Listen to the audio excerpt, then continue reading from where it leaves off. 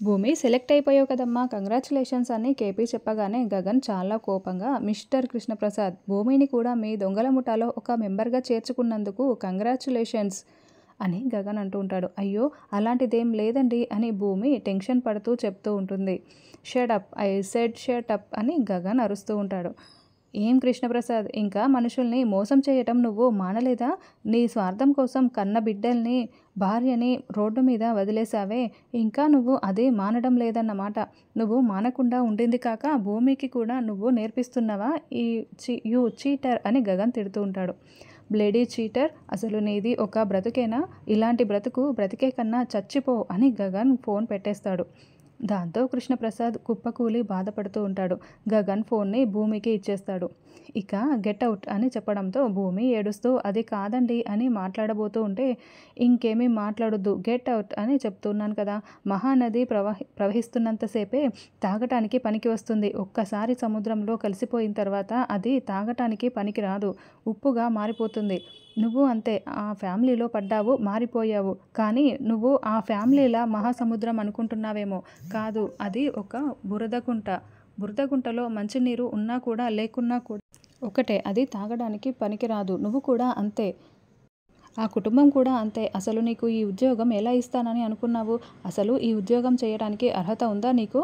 కనీసం డిగ్రీ కూడా చదవని నీకు ఈ ఉద్యోగం ఎలా వస్తుంది? ఈ ఉద్యోగమే కాదు, మరెక్కడా కూడా నీకు ఉద్యోగం రాదు, గెట్ అవుట్ అని గగన్ అరవడంతో భూమి ఏడుస్తూ ఉంటుంది. భూమి బయటికి వెళ్ళగానే గగన్ చాలా కోపంగా భూమి రెడ్జుమ్ని చించేసి ముక్కలు చేసి పడేస్తాడు. ఇక భూమి చాలా ఏడుస్తూ ఉంటే కృష్ణప్రసాద్ కూడా గుండెలు పగిలేలా ఏడుస్తూ బాధపడుతూ ఉంటాడు. అప్పుడే భూమి కృష్ణప్రసాద్కి ఫోన్ చేసి, సారీ మామయ్య, నా వల్లే మీరు అన్ని మాటలు ఆయనతో పడాల్సి వచ్చింది అని, సో సారీ మామయ్య అని భూమి ఏడుస్తూ చెప్తూ ఉంటుంది. అమ్మ భూమి, పర్వాలేదమ్మా, వాడి మాటలు నాకేమీ కొత్త కాదు. వాడు నన్ను చచ్చిపోమని చెప్పాడు. నేను ఇప్పుడే ఈ క్షణమే చచ్చిపోగలను. కానీ నాకు తెలియకుండానే అపూర్వ వల్ల నేను నీకు అన్యాయం చేశానమ్మా. నీకు ఇప్పుడు న్యాయం చేయాలి. నీకు నీ కుటుంబాన్ని దగ్గర చేయాలి.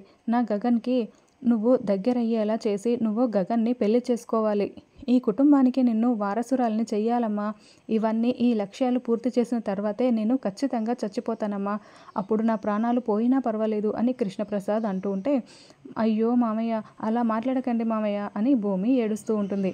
అమ్మ, నేను నీకు ముందే చెప్పాను కదా, ఆ రోజే చెప్పాను, గగన్కి చాలా కోపం వస్తుంది, వాడిని బాధ పెట్టకమ్మా, కోపం తెప్పించకు, వెళ్ళిపోమ్మని చెప్పాను. కానీ నువ్వు వినలేదు. ఇప్పుడు చూడు, అన్ని దారులు మూసుకుపోయాయమ్మా అని కృష్ణప్రసాద్ అంటే, లేదు మామయ్య, నేను ఆయనకి దూరం కాలేను మామయ్య. మీరు అన్నట్లుగా నేను ఆయనకి దూరం అయ్యే పరిస్థితే వస్తే నా బాడీ, నా శరీరం శ్మశానం బాట పడుతుంది మామయ్య అని భూమి చెప్పడంతో, అయ్యో అమ్మా భూమి, అలా మాట్లాడకమ్మా, వెంటనే ఇంటికి వచ్చేసేయ్ అని కృష్ణప్రసాద్ అంటాడు. వస్తాను మామయ్య, ఇంకో ప్రయత్నం చేసే వస్తాను అని భూమి ఫోన్ పెట్టేస్తుంది. వెంటనే భూమి చున్నీని అడ్డు పెట్టుకొని గొంతు మార్చి మళ్ళీ గగన్కి ఫోన్ చేస్తుంది.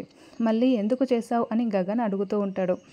ఏంటి, నువ్వు చెప్పినట్లు మళ్ళీ ఆ చీటర్కి ఇంకొక అవకాశం ఇవ్వాలా అని గగన్ అడుగుతూ ఉంటే, వద్దు బాస్, నువ్వు ఆ చీటర్కి ఇంకో అవకాశం ఇవ్వనవసరం లేదు అని భూమి అంటుంది. అయినా నువ్వెందుకు ఏడుస్తున్నావు అని గగన్ అంటాడు. అవును బాస్, నువ్వు ఉద్యోగం ఇస్తే నీ ఆస్తంతా కూడా ఆ చీటర్ కొల్లగొట్టేస్తుంది కదా. అవును, నువ్వు చెప్పినట్లే ఆ ఫ్యామిలీ అంతా బురదగుంట బాస్, నిన్ను భూమి కలవకూడదు అంతే కదా అని భూమి అంటే, ఓ, నీకు అన్ని విషయాలు చెప్పేసిందా అని గగన్ అంటాడు. చెప్పింది బాస్. అయినా తను అడిగిన ఉద్యోగం ఏంటి? నీ దగ్గర బోడి పిఏ ఉద్యోగం. అలాంటి ఉద్యోగం అడిగితే ఆ శరశ్చంద్ర అలాంటివి 100 ఉద్యోగాలు ఇవ్వగలడు, ఇప్పించగలడు.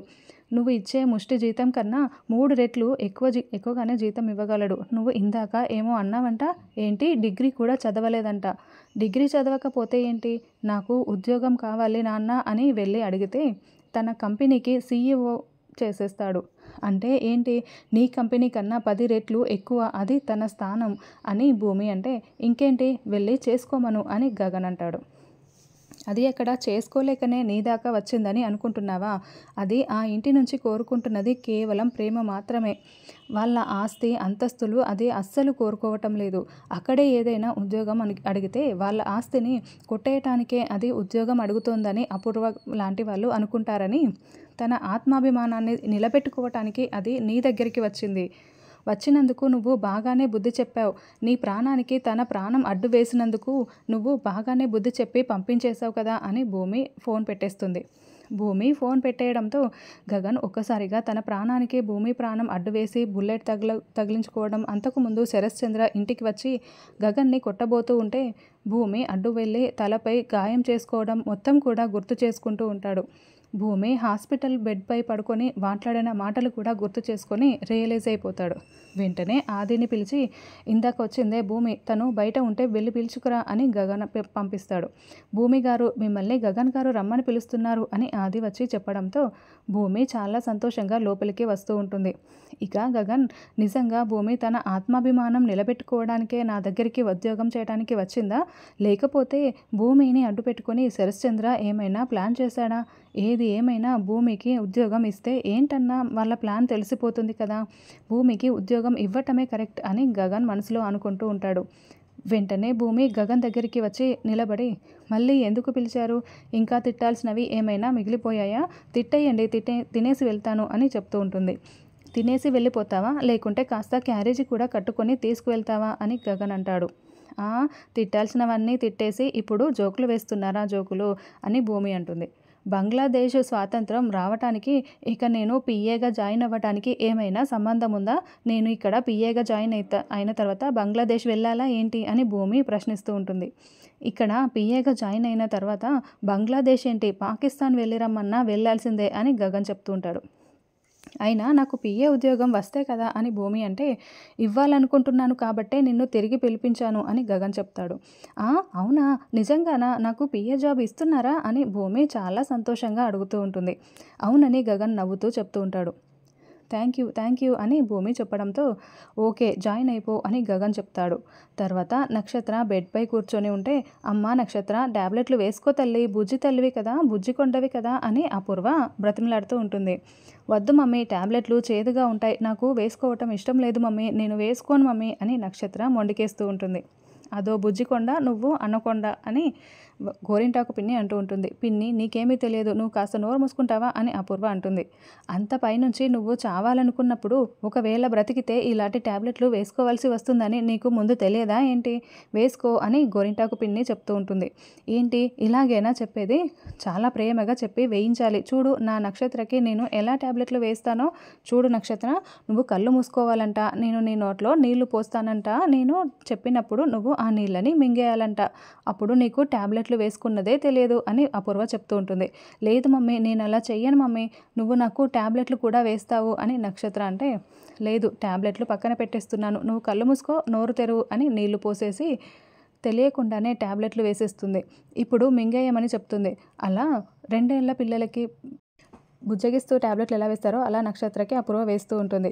చూడుసావా, ఇప్పుడు నా కూతురు ఎలా ట్యాబ్లెట్లు వేసుకుందో, ఇప్పుడు నువ్వు ట్యాబ్లెట్లు వేసుకున్నది ఏమైనా తెలిసిందా నక్షత్ర అని అపూర్వ అడగడంతో, లేదు మమ్మీ అని నక్షత్ర చెప్తూ ఉంటుంది. చూడు, ఇప్పుడు నక్షత్రని ఆ గగన్కిచ్చి పెళ్లి చేస్తానని చెప్పావు కదా, అసలు వాళ్ళు ఎలా చూసుకుంటారో ఏంటో, నువ్వేమో నక్షత్రని ఇంత బాగా చూసుకుంటున్నావు అని గోరింటాకు పిన్ని అంటే, నేను చాలా డబ్బులు కట్నంగా ఇచ్చి పెళ్లి చేస్తాను కాబట్టి వాళ్ళు నా కూతుర్ని మహారాణిలా చూసుకుంటారు అని అపూర్వ అంటూ ఉంటుంది. ఏంటేంటి మహారాణిలా చూసుకుంటారా?